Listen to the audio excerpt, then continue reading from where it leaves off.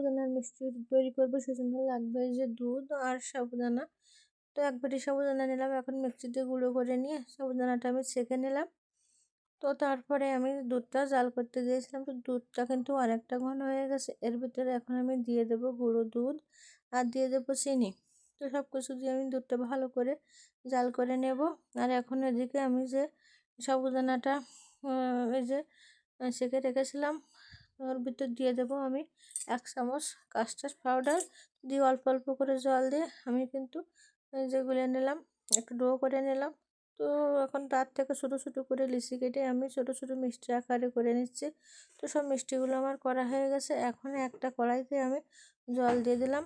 জল দিয়ে আমি সাবুদানার মিষ্টিগুলো সিদ্ধ করে নিয়ে একটা ছাঁকনিতে ঢেলে দিয়ে ঠান্ডা জল দিয়ে একটু সেঁকে নিলাম। তো তারপরে যে দুধটা দিয়েছিলাম সেই দুধটা দিয়ে সাবুদানাটা খুব সুন্দর করে আমি করে নিলাম। খুব সুন্দর হয়েছে মিষ্টিটা কিন্তু।